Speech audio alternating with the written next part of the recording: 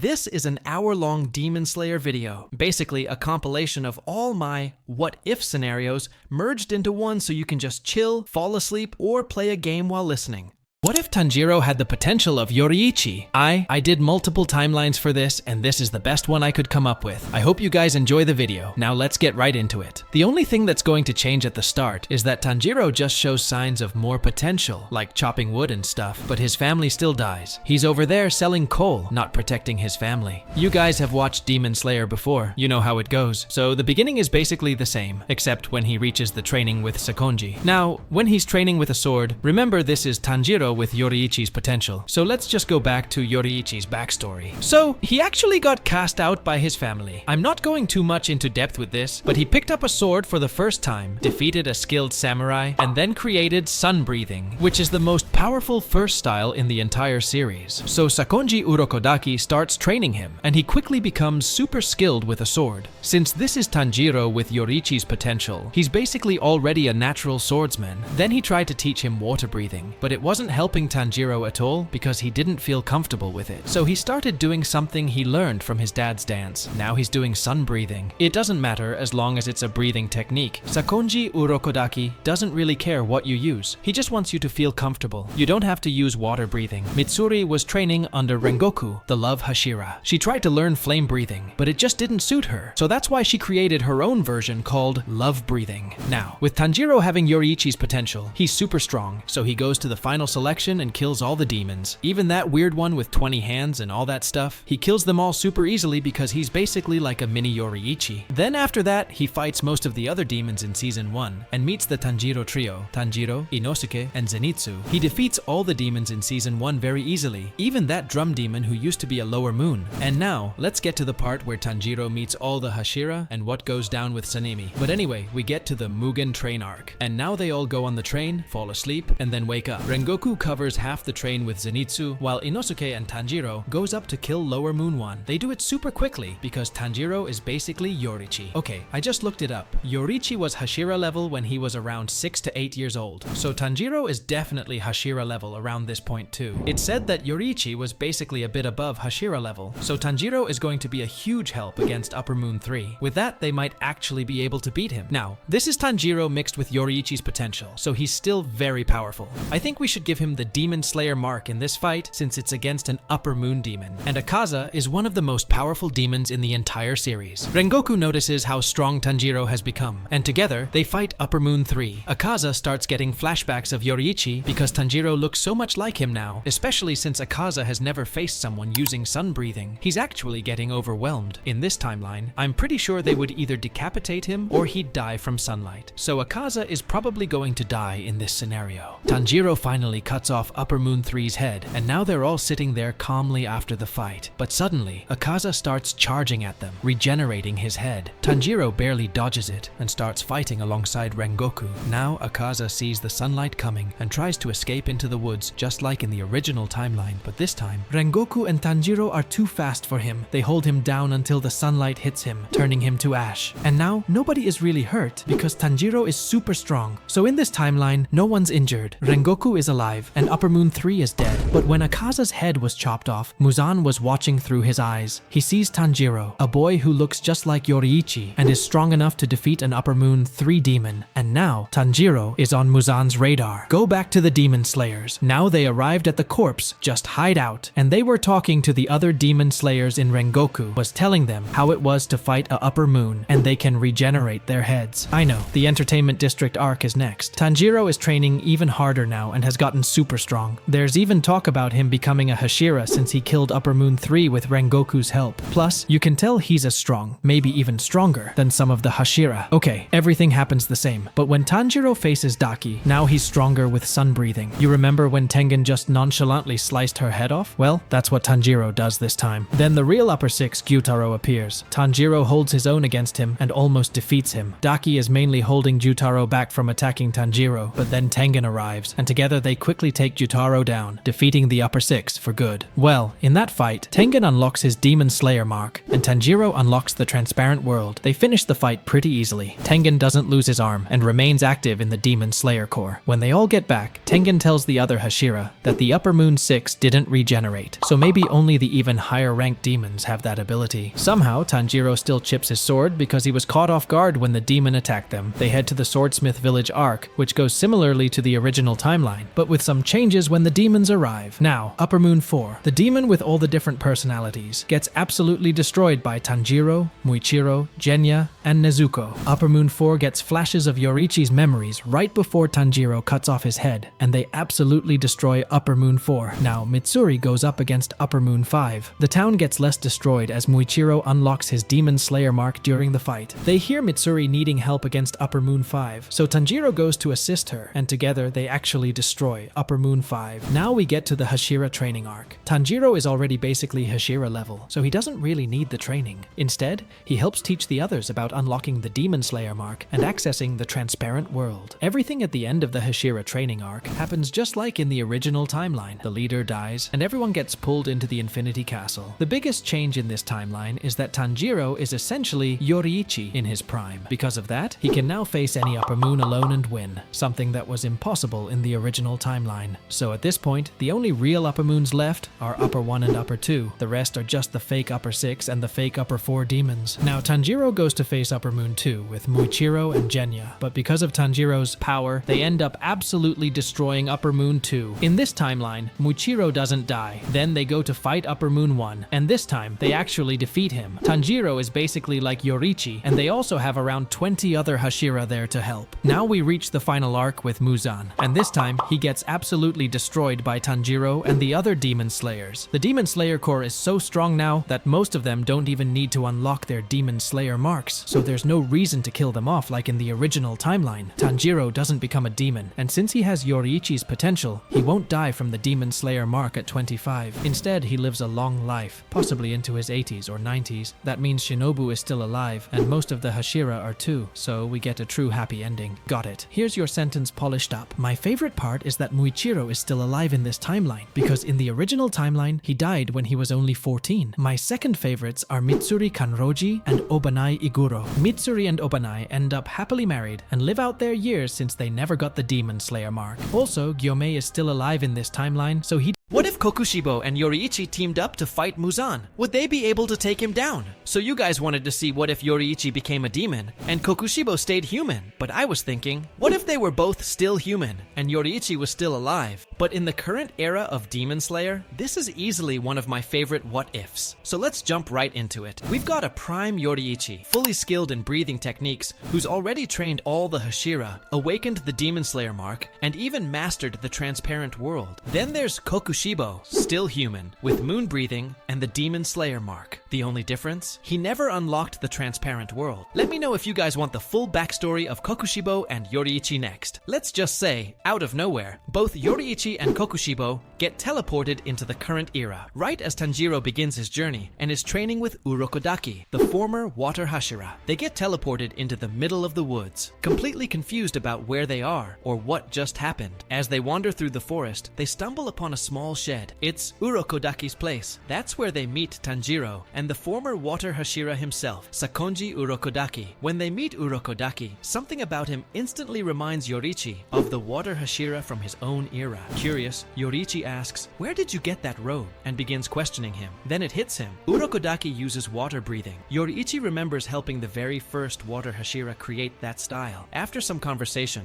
everything clicks. They've somehow traveled through time. This is the future. And worst of all, Muzan is still alive. Yoriichi also notices something familiar about Tanjiro. He looks just like an old friend from the Sengoku era. That friend was the very person Yoriichi once entrusted with the Hinokami Kagura. Realizing this, Yoriichi decides to teach Tanjiro how to truly master it. But we want Kokushibo to stay good in this timeline. So let's say Tanjiro ends up having a meaningful conversation with him. Being as empathetic as he is, Tanjiro senses the jealousy and frustration coming from Kokushibo. Just like he once sensed the hidden anger in Shinobu, they talk it out, and for the first time, Kokushibo truly lets go of that jealousy. He accepts that Yoriichi might always be stronger, and for once, he's okay with that. There's no need to become a demon. Final selection goes way differently this time. Tanjiro absolutely dominates. Thanks to his intense training with Yoriichi, he now understands sun breathing on a whole new level. He breezes through the exam with barely any struggle, even taking down the hand demon with ease. After passing, Tanjiro, Yoriichi, and Kokushibo make their way to the Demon Slayer Corps headquarters. That's where they meet the Ubuyashiki family. After meeting with the Ubuyashiki family, Yoriichi and Kokushibo are officially appointed as the two new Hashira, the sun-breathing Hashira and the moon-breathing Hashira. With their arrival, the entire Demon Slayer Corps gets a massive upgrade. All the current Hashira begin to level up under their guidance. Yoriichi, being even stronger than Gyomei, becomes the new gold standard, and Kokushibo, now fully human and on par with Gyomei, proves to be just as valuable. Together, they start training the other Hashira to fight more efficiently, pushing the Corps to a level it's never reached before. Through intense training with Yoriichi and mastering sun breathing, Tanjiro eventually learns how to enter the flawless state, a perfected form of battle focus that Yoriichi excels at. With time, Tanjiro not only taps into it, but nearly matches Yoriichi's control over it. He also begins to grasp the basics of the transparent world, giving him a huge edge in combat. Tanjiro's growth is no longer just impressive. Now things start to get really interesting. Rengoku's on the move to board the Mugen Train. Yoriichi, curious about the current state of the Flame Hashira, decides to join him. He wants to understand how the legacy of flame breathing has changed over the generations. So Tanjiro, Yoriichi, and Rengoku all head out together for the Mugen Train mission. Once they board the Mugen Train, Tanjiro and Rengoku take charge of protecting the passengers, sweeping through the train car by car. Meanwhile, Yoriichi heads straight for the source of the threat. Before Enmu, Lower Moon 1, can even begin his dream manipulation, Yoriichi decapitates him in an instant. No struggle, no delay. With Enmu gone, the entire Lower Moon threat is erased. Thanks to Yoriichi's overwhelming power, the entire situation is handled flawlessly.